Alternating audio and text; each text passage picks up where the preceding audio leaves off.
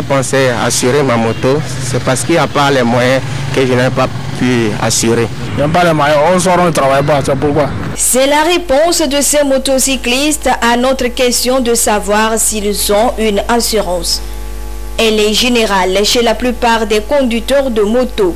Et pourtant, il est vivement conseillé à ces motocyclistes de se souscrire à une assurance en raison de leur vulnérabilité au cas d'accident de circulation. Quand vous voyez le taux d'accident des véhicules à moteur, celui des motos est le plus élevé. La plupart du temps, c'est ces motos-là qui sont le plus exposées. L'assurance qui a pour rôle de pouvoir assumer les responsabilités à la place de celui-là qui a causé les dommages, pourra donc venir aider le conducteur qui généralement, lorsque le lieu sinistre survient, n'a pas toujours les moyens qu'il faut pour faire face au sinistre causé. Il existe plusieurs types d'assurances auxquelles les conducteurs de moto peuvent demander des services de couverture. Il y a une assurance obligatoire imposée par l'État, donc l'assurance responsabilité civile, qui permet donc de couvrir les dégâts intervenus sur les tiers. En dehors de cette assurance obligatoire, il y a également des garanties contre le vol et les incendies. Également, quand la moto est impliquée dans une collision, donc l'assureur va intervenir pour réparer non seulement le véhicule endommagé ou la moto endommagée, mais intervenir pour contribuer aux soins des victimes. Il y a également l'assurance tout risque qui permet de pouvoir prendre en compte tous les risques qui peuvent survenir dans le déplacement du conducteur de taxi moto ou de la moto personnelle. Vous avez également l'assurance dépannage, donc qui permet, lorsque vous êtes en déplacement et que votre moto tombe en panne, que l'assureur puisse assurer votre déplacement. Le plus souvent, les motocyclistes, tout comme beaucoup d'autres citoyens, sont réticents face aux services d'assurance. Ceux que nous avons rencontrés évoquent ici certaines raisons. Quand tu es assuré et qu'il y a un problème qui arrive par après, les gens chez qui tu as fait ton assurance n'arrivent pas à te satisfaire comme il le faut.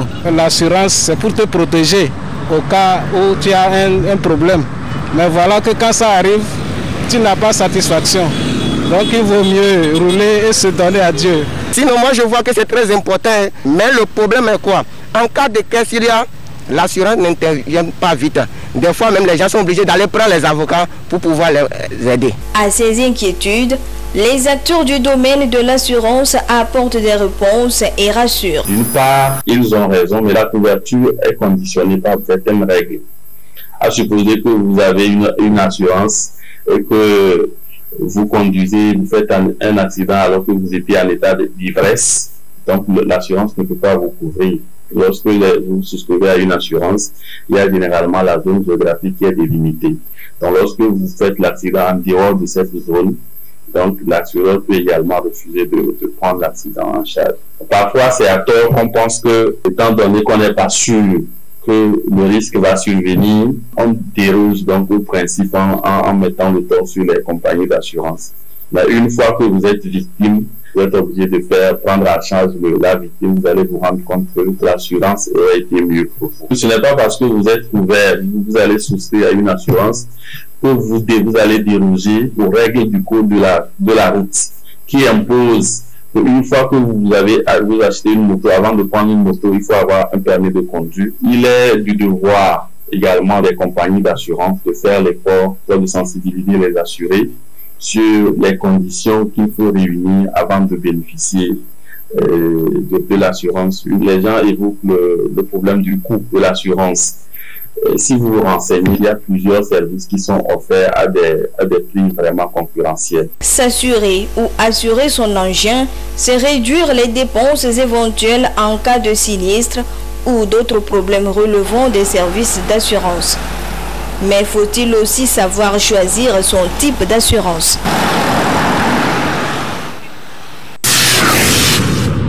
It was good enough. It was good enough. Ce sont des collégiens de la classe de 4e en plein cours d'anglais au CPL Nouvelle Élite 2. Ces élèves se débrouillent tant bien que mal dans la matière. Mais le constat a été toujours le même dans les établissements scolaires et à chaque niveau du système éducatif. Les apprenants s'intéressent moins à la langue anglaise. La langue anglaise est vraiment une langue à laquelle on devrait accorder beaucoup plus d'importance.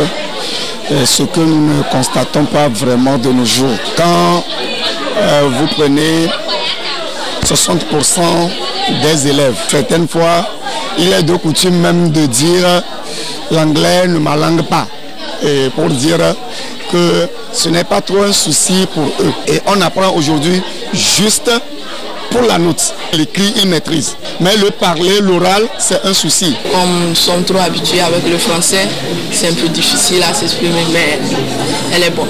I go to school on time. C'est un peu difficile, comme c'est pas notre langue. Je peux écrire, mais parler, c'est un peu passable. Pour y remédier, une motivation des élèves pour la matière est nécessaire et la formation exige un certain nombre de moyens qui fait défaut actuellement dans les écoles publiques comme privées. Nous constatons d'abord un déficit de matériel, ce qui fait que nous n'arrivons pas à motiver suffisamment les enfants à aimer la langue.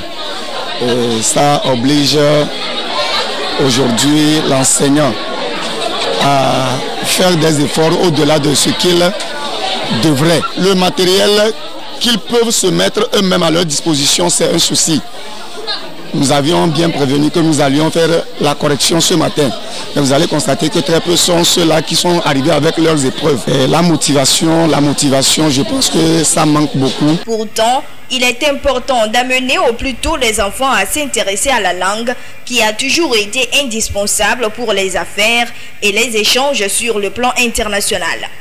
Aujourd'hui, avec le désir du Togo d'entrer dans l'espace anglophone, il est crucial pour la population de maîtriser et d'utiliser la langue anglaise. Vous n'êtes pas sans savoir que l'anglais, c'est, je pense, la deuxième langue la plus parlée au monde. C'est surtout économiquement celle qui est plus utilisée. In this occasion, I can just call upon all my fellows, all teachers, all students, and everybody in Togo, whether you are a student, a teacher or not, to like the English language and speak it or help us, appreciate or motivate people in speaking the English language. Thanks. La vision du gouvernement est d'introduire l'anglais au cours primaire et d'amener les élèves dès le bas âge à s'intéresser à la langue. Certains établissements ont été ciblés pour la phase pilote. Aussi, les fonctionnaires au ministère des Enseignements sont incités à s'exprimer en anglais, du moins les vendredis.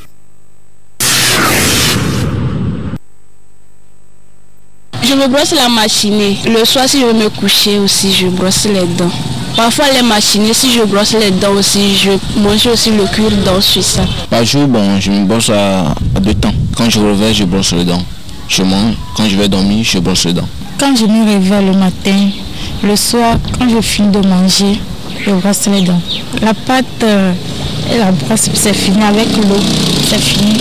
C'est de cette manière ils entretiennent et prennent soin de leurs dents et de leurs gencives. Les professionnels de santé s'accordent en effet pour dire qu'une bonne hygiène bucco-dentaire permet d'éviter l'apparition ou l'aggravation de plusieurs pathologies. Alors, quels sont les bons gestes pour un brossage réussi des dents? C'est comme ça qu'il faut se brosser les dents. Et ça permet de nettoyer en même temps les espaces entre les dents qui sont là. Donc il faut nettoyer ces faces-là. Une à une, vous nettoyez les faces externes, vous nettoyez les faces internes, toujours en faisant du rouge vers le blanc. Et maintenant, les faces qui servent à manger, les faces triturantes, on les nettoie dans ce sens. On finit le bas et on passe en haut. On fait la même chose, du rouge vers le blanc, du rouge vers le blanc, et puis on brosse les faces triturantes. Donc un brossage doit durer entre 2 et 3 minutes. Il faut plutôt aller vers les brosses à dents qui ont des petites têtes. Ça permet d'aller au fond de la bouche. Il ne faut pas qu'elle soit dure, il faut qu'elle soit de préférence, de plus conseillé qu'elle soit médium. Se brosser les dents, c'est 2 à 3 fois par jour. Parce que chaque fois que nous mangeons, il y a des aliments qui restent dans la bouche. Le plus important, c'est le matin et surtout le soir. Il faut s'assurer que la pâte est de bonne qualité. On ne va pas faire de publicité pour une marque, mais il faut s'assurer qu'il y ait du fluor dans la pâte. Parce que le fluor renforce les mailles.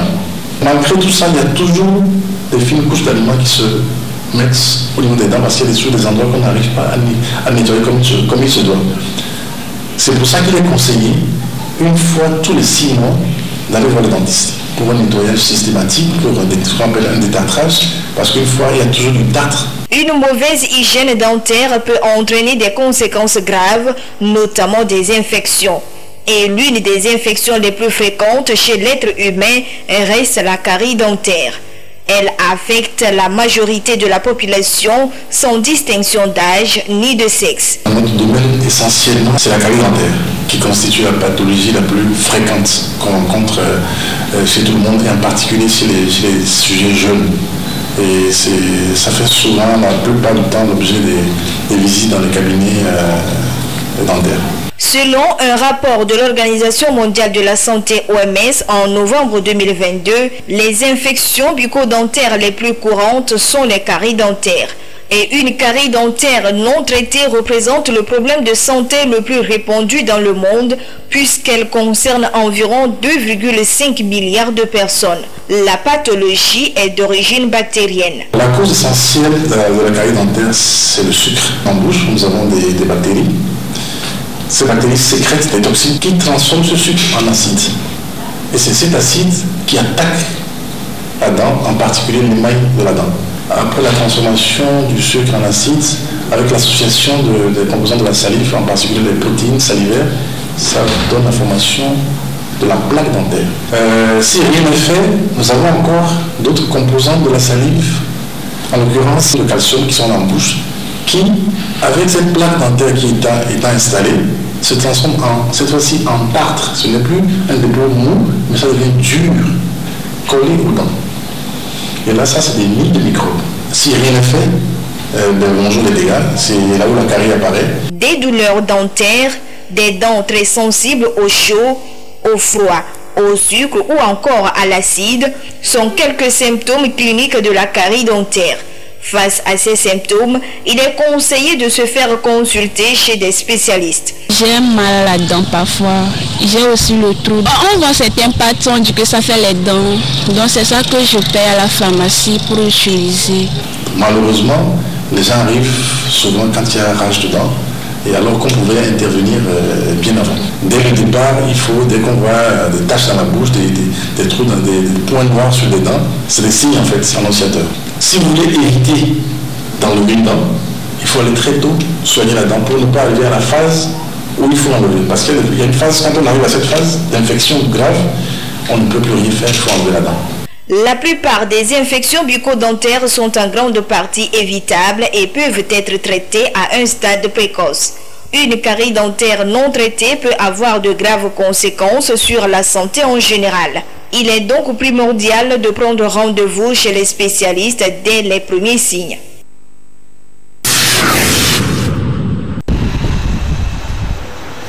Les portables et les ordinateurs rendent de multiples services aux utilisateurs.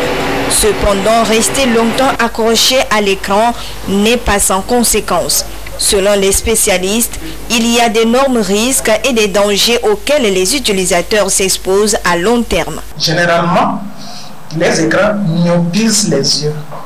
C'est-à-dire que la vision de près, elle est bien, mais la vision de loin ou d'un peu plus loin, elle est plus compliquée.